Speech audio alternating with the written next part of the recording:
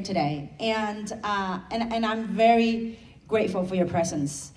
And this yesterday we were celebrating with a group of people that came miles away from internationally, and Daniel and Charity was very kind to grace us with their presence. And I said to Daniel, I forgot I texted him last night or this morning. I said I couldn't find a better person to be leading at the helm with Daniel Piku. So Daniel, I'm so grateful for you.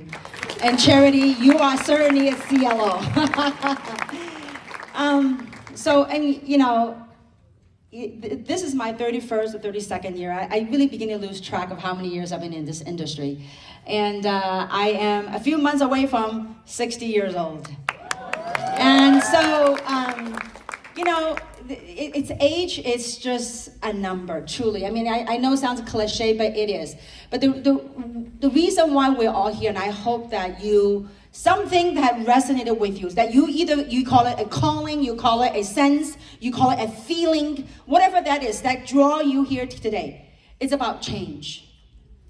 As we live our life, the past whatever years that we've lived our lives, with our parents, the condition of parenting, the schools, society, government, whatever that is, that every single day, that there's something that's battling for our thoughts.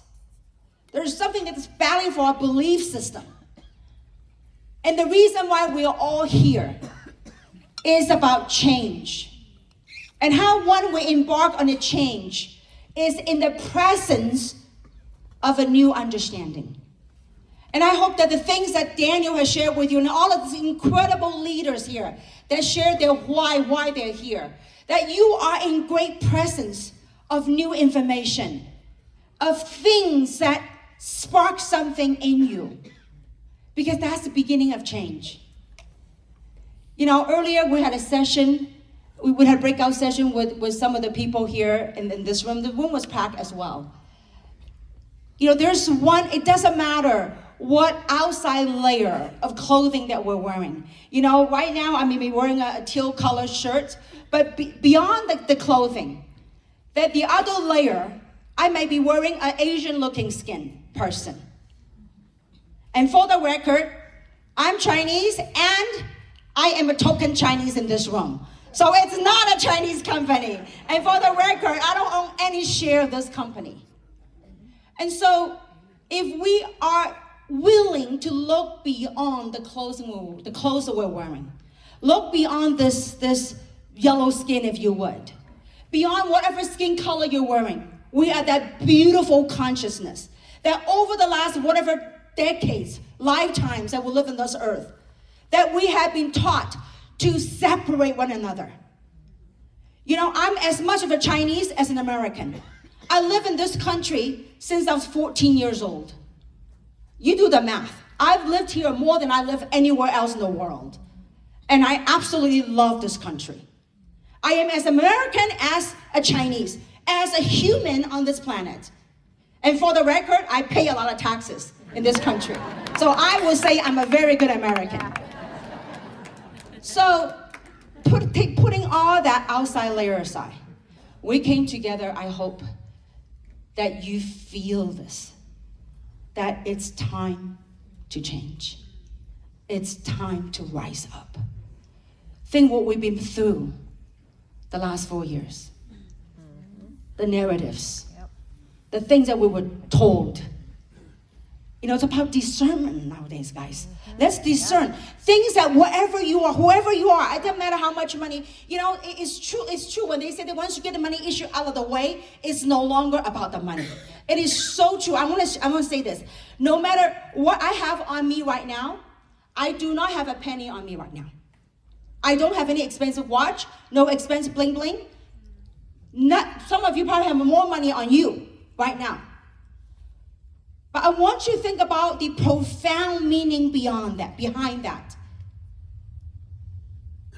There's something that calls us, that connects us together. If you were to listen to this with your eyes closed, I want you to think about beyond this, the resonance, the energy behind the words. I hope it speaks to you. Who Daniel is, who we are, who I am. I am just simply a mirror reflecting what's in you. We are all mirror of reflecting on what's in you. Sometimes you say, you know what, I love the positivity. I love what you stand for. You know why you love that? Because it's in you. It's in each and every single one of us. I remember my parents took 4 girls. I was raised with four girls. My mom and dad had 4 girls. I'm number 2 of 4. When I was 14 years old, we came to this country, and I didn't speak a word of English. I only know from A to Z. That was it. My dad was 50-somewhat years old at that time. And I told myself, I watched my mom cleaning toilets. And back in those days, in 40-somewhat years ago, 50 years ago, you know, the acupuncture clinic, they used to actually clean the needle and use it again, back in those days. My mother was working for a acupuncture clinic. And she was cleaning the needles, she was cleaning people's toilets and vacuuming. I was 14 years old. And when I'm after school, I said, Mom, I want to help. And when I saw what my mom did for a living, I said, Mom, you're not going to clean someone's toilets. I said, when I'm here, I will clean the toilets. So I'll be going after school, I'll be going to the clinic and I'll be scrubbing toilets. And as I'm scrubbing the toilets, I will say, I will never, ever be poor. Never, never be poor. And you know, by the way, I do clean toilets very well. Now it's become a therapy for me. So those people that know me closely, they go, oh, Kim is cleaning again.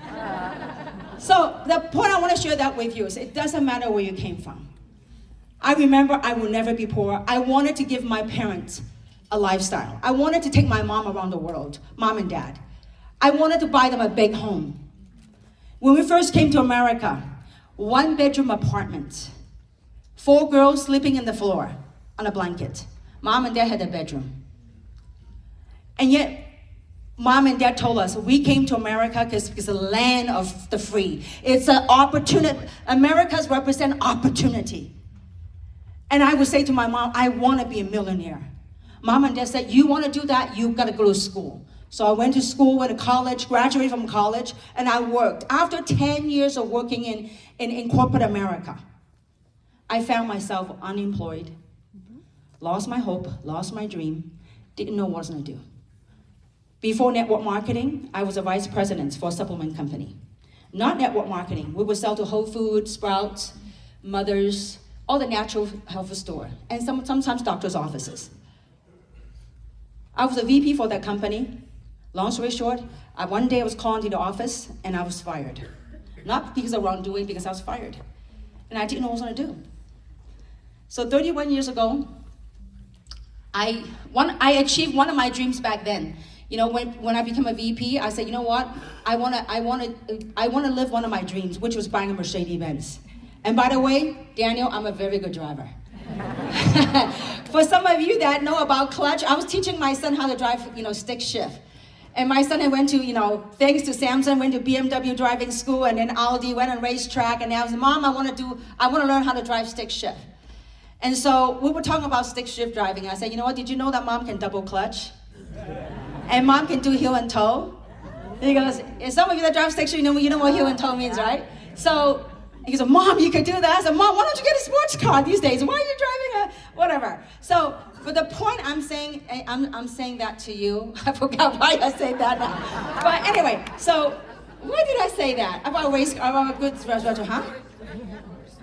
Oh, yes. So thank you for reminding me. It's 60 years old, not too bad. All right, coming back to here. So I bought my first Mercedes, and it was an E-Class. I think it was an E300 or 320 back in those days. So I bought that car, but it was a lemon. So I would take that car to the dealership every week. And then what happened was, a guy that was writing my tickets, he got to know me because I'm there every week. He goes, by the way, because I used to give him samples, because I was, the supplement company I worked for. He goes, Kim, give me some of those samples. I said, no more. He goes, why? I said, I got fired, I got downsized. He goes, no more sample? I said, no more. So, but I can help you. I said, you can help me, how? So, I have a client who has a bigger Mercedes than you do. He has an S-Class. You don't have an E-Class. He's looking for people just like you. And I'm like, okay. So he said, let me connect you. So one day I was all decked out. I thought I was in for a job interview. So in that room, it was a couple of hundred people. So when I showed up, I said, oh my gosh, I got competition. And so I didn't know what it was all about. I thought I was in for a job interview, and I was sitting way in the back. And so, because I figured, because there was a lot of hoo-ha, high five, and I go, what is that, you know? And so I sat in the back because I figured if I don't like it, I can sneak out, right? So anyway, long story short, at the end of the event, I was very emotional, I got excited, and for the first time I saw two things in my career. First, I saw hope. And I saw people with a glimpse of hope. All these years of working in corporate America, I never had once show up to work that you see people with glimpse of hopes, right? And the second thing I saw people clapping and cheering for one another. I mean, what you think about this? When was the last time you show up to work and people go, yo, there's Dr. Deho. You're lucky they don't stab you in the back, right? Let alone welcome you, you know. So that was very refreshing for me. And so that's how I got involved in the industry. So I want to bring into context of the journey that perhaps some of you are on and some of you will go on. So when I got involved in the industry, I remember I got so excited. I went home, I got so excited. First person I shared was my sister, who I look up to a whole lot. You know, she went to USC and I went to UCLA and, so she got her MBA and all that. And she goes, the first thing she said to Kim, you drank the Kool-Aid, didn't you? I'm like, excuse me? She goes, Kim, you're an accountant. You are a bean counter. What do you know about marketing? What do you know about sales? Now, at first I didn't like it, but I go, okay, let me process that. Then I talked to some of my friends. And also, I also worked for a company, an aerospace company. I was a senior accountant for the company. So anyway, I talked to some of those people, and not only did I not get a positive answer, not only did they ghost at me, they laughed at me. They ridiculed me. And some of the people that I went to UCLA with me for my postgraduate studies, some of the people that went to UC Irvine with me, they all said, Kim has gone mad. She has gotten involved network marketing. So with all that came, then I went to my sponsor. I said, you know what? I think I made a mistake. I put it on my credit card that I didn't have the money for back in those days was $695. I said, it's really a mistake. This is not my gig. I'm a professional, and it's just. And he goes, Kim, let me tell you what to do. He goes, well, if you do something for me. I said, okay, what is that? He goes, why don't you attend a training? You go to a training. If after the training that you still want to cancel, I promise you, I will help you process for a refund. I said, okay, that's fair enough. So I went to a Super Saturday training. Now that room may be like 1/3 of this room. And the gentleman that was doing the training, it was now I gotta be careful to call his age. He's like an elderly person. It was 60 years old, like almost my age, right? So, and he was like, you could do this. This is what you do. He talked it so ever slowly. And I looked at him, and he drives a Rolls Royce. And I'm like, wow, if he could do that, I think I could do it. So I went to my sponsor, and I said, I think I'm really gonna give it a shot. He goes, what? He goes, Kim, let me ask you this. He says, how many years have you been working? And you got all this college degree. How many years have you been working? I said, 10. He goes, you mean to tell me after 10 years of working that you can even come up? Because I said, I didn't have $695. I put on my credit card. I really want to cancel. He goes, Kim, let me get something straight. And this is really helpful, I think, for most people. So he says, let me get something straight. After 10 years of corporate America, after all your education, you don't even have $695 to change your life.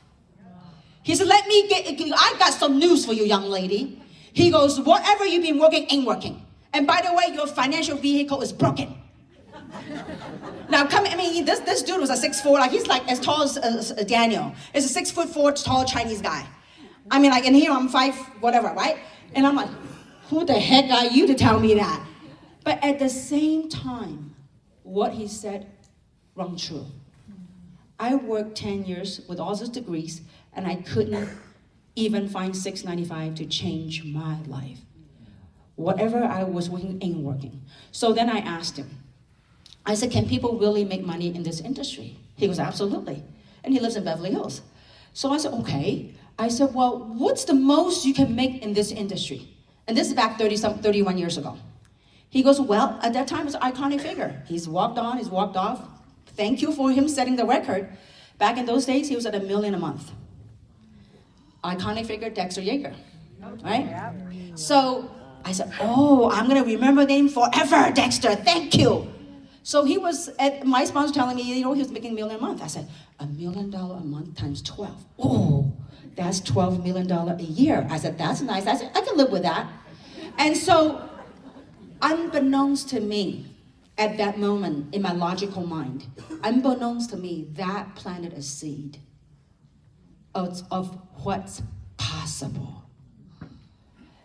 And when times get tough, you just cap at it. When you love what you do, you just cap at it. You gotta own it and you gotta live it. And so, who would have thought, as I worked it, year after year after year, having the blessing and the opportunity of making $1 million a month after month after month after month, year after year. What an incredible feat. Someone that came to America when I was 14 years old, didn't speak a word of English. Educated here, went to school here, went to work here, got involved in this space. And I really believe that this is all part of the journey.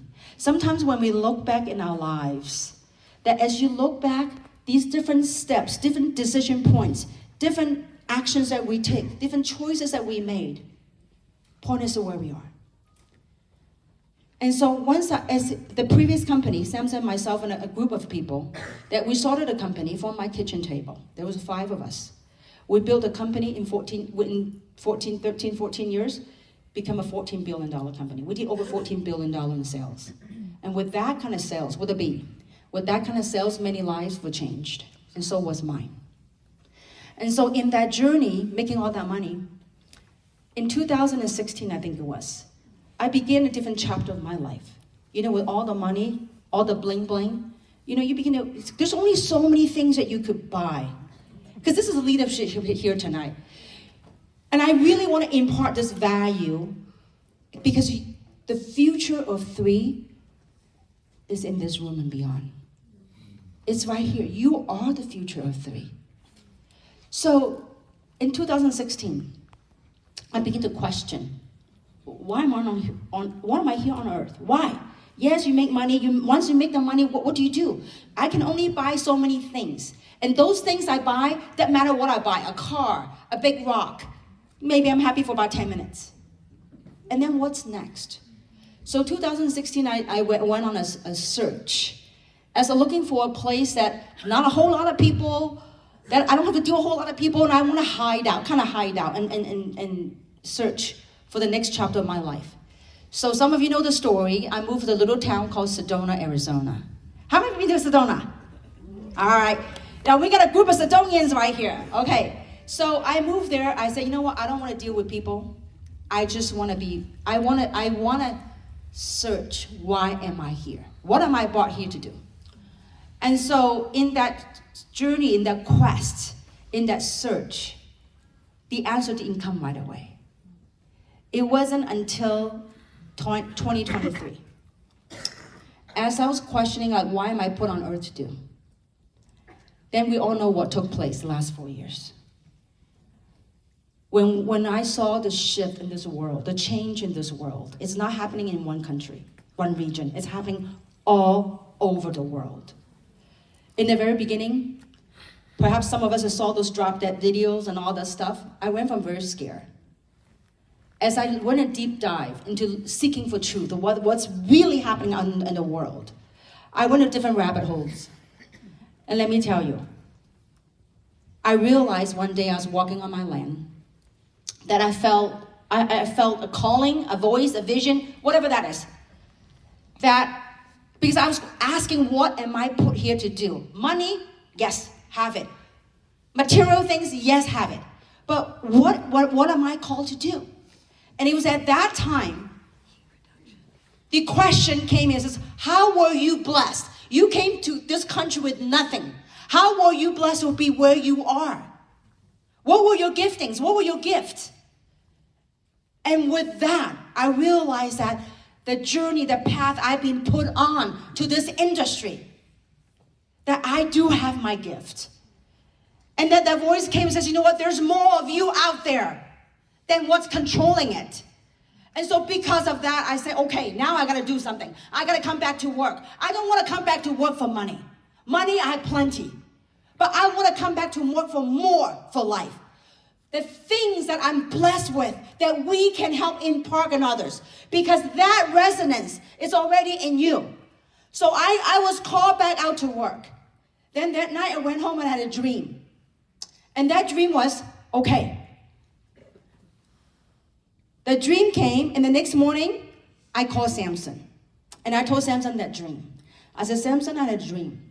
The dream was for you to call a couple in San Diego. He goes, who? I said, I don't know. It was a dream. It's calling you to call a couple. You to find out. He goes, well, let me think about, I might know somebody. I said, well, I don't know. You work it out. I said, I'm coming back to LA. So schedule a lunch, dinner, breakfast, whatever. Because through that couple, we will find something to do. This is now next calling. We'll find something to do. And so, got back to LA, and Samson did his work. And Samson connected us with Lance and Tracy Smith from San Diego. Give a big round of applause. With Lance and Tracy, and then Mike McCormick and Linda McCormick. And then we met with Daniel and his crew. That's how 3 came about. This is how, and you know, what's really beautiful and remarkable about that is not one person. I have a group that I work with for the last 14 years. And these people are making multi-million dollars. There's 40 of them that literally resigned from the check that they were making. Without a question, at that time, there's no name of company name unknown. No product, no compensation plan. How many of you came in under that premise? Give them a big round of applause. We were called, now our company is called 3, right? Back in those days, we were called the 3 No's. No name of the company, no product, no comp plan. And yet, that's how we humbly started this journey. What was resonating with people is that vision, that mission of wanting change. So as the society, as the world that's battling for our thoughts every single day. If you don't believe me, look at what you turn on television. You turn on your radio station. What's battling for your thoughts and your belief structure? What's battling? Things that we've been told, like you are not good enough, da-da-da-da-da-da-da. It's time that we rise up and let those things, the things that no longer serve you, things that don't belong to you, things that's not true, let it roll it off your body. Because it doesn't belong in you. Let it shed. This is about change. You are in the presence of great change. You are in the presence of incredible information. Because the ultimate reward is to live life, to walk away from fear into freedom. This is what 3 is about for us. And I tell you, launching 3, you know, I was telling Daniel and Samson, I said, you know what, when I was in my 40s, it's different. You can hop different country and you know, you take a 12-hour flight, you get off the flight and you do meetings after meeting after meeting, and then you go to a hotel, sleep for 2 hours, and next morning you hop another flight. I said, when you're 50-something, 59 years old, it's a whole different ball game. And I was on stage earlier, my knees like doing some weird stuff, and I was sitting down, and a lady gave me 3 Revive. Like in less than 15 minutes, on my feet again. I mean, it's just so. Let me tell you, when you do, this is not like Harley DeMond says. This is not work. How many of you went to the Asia expedition on the country after country? Give a big round of applause. My gosh. You know, there were so many Americans on that tour. I bet you if you talk to them, they was like, their lives are never the same. Their view of the global business is never the same again. You know, we have people talking about, oh, you know, I'm on $1 billion project. I'm doing $1 billion project. Are you just saying it or are you doing it? When times are tough, where are you? There are people who say, I'm a leader. I said, what are you doing every single day? You are a leader? Show me what you do every day. Or are you just getting a check? You know, I say this in Indonesia. I say, I have zero interest to coming in so some big leader can pick some big checks. I have zero interest in that. What do I have? I have a passion to helping the average people to get sparked, get inspired so they can change their life. Because when they change their life, they're able to help change other people's lives. For change happens within first. Change is not outside. People are looking for outside people to change. Oh my gosh, if I found this great leader, if I found this person, my life is going to change. No, your life won't change until you change your thoughts. There are things that are battling for your thoughts every single day. Every single day when you wake up, what are you saying to yourself? Every day I wake up, I'm grateful for what I have. I look around and say, yo, thank God I can wake up. I can walk. The minute you can still walk, you can still talk, you can dream. You can work it. It doesn't matter. It's not about what other people are saying about you. It's how you are looking at what you're doing. How you're looking at who you really are. I see you guys. You perhaps speak better English than I do. You could talk better than I do. But do you have it in you to say, regardless what anybody think about me, regardless what anybody say about me, I am gonna live me. How many want to do that?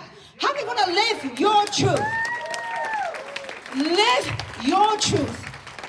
You know, I can care less what anybody say about me.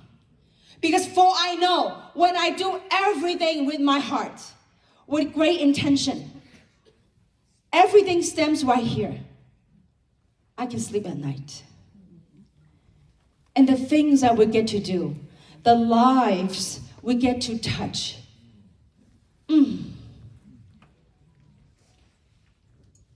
That's what I live for. And I hope you feel that, and I know you do.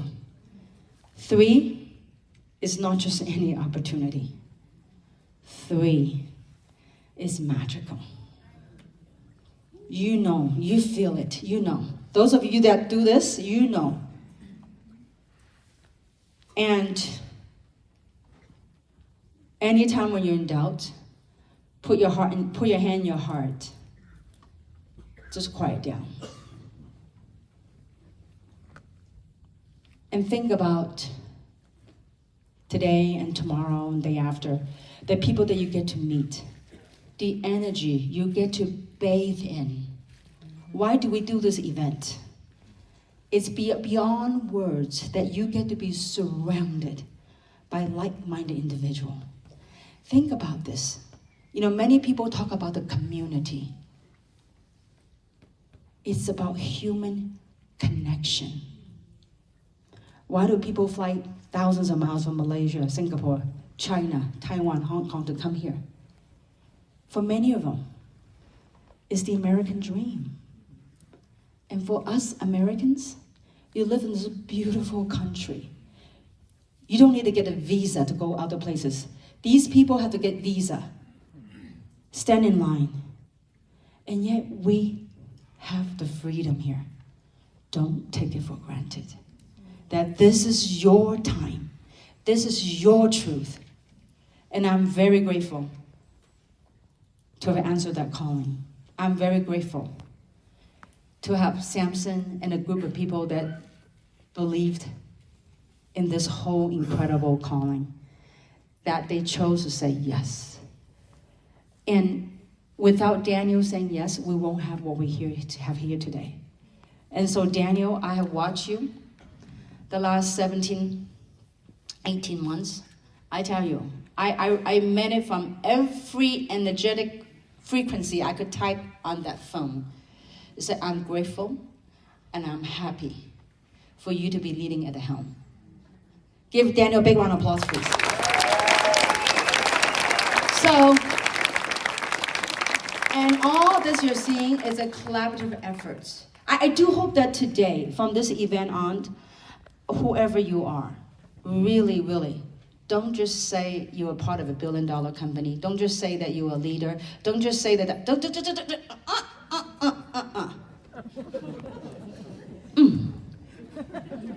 Just be and do.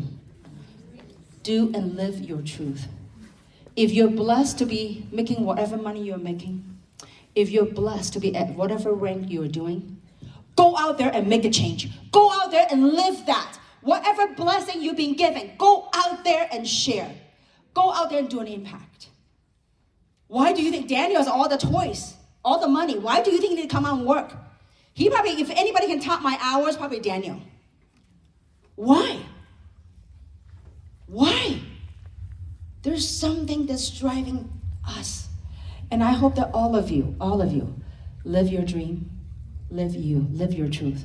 For what you have at 3 is truly a unicorn.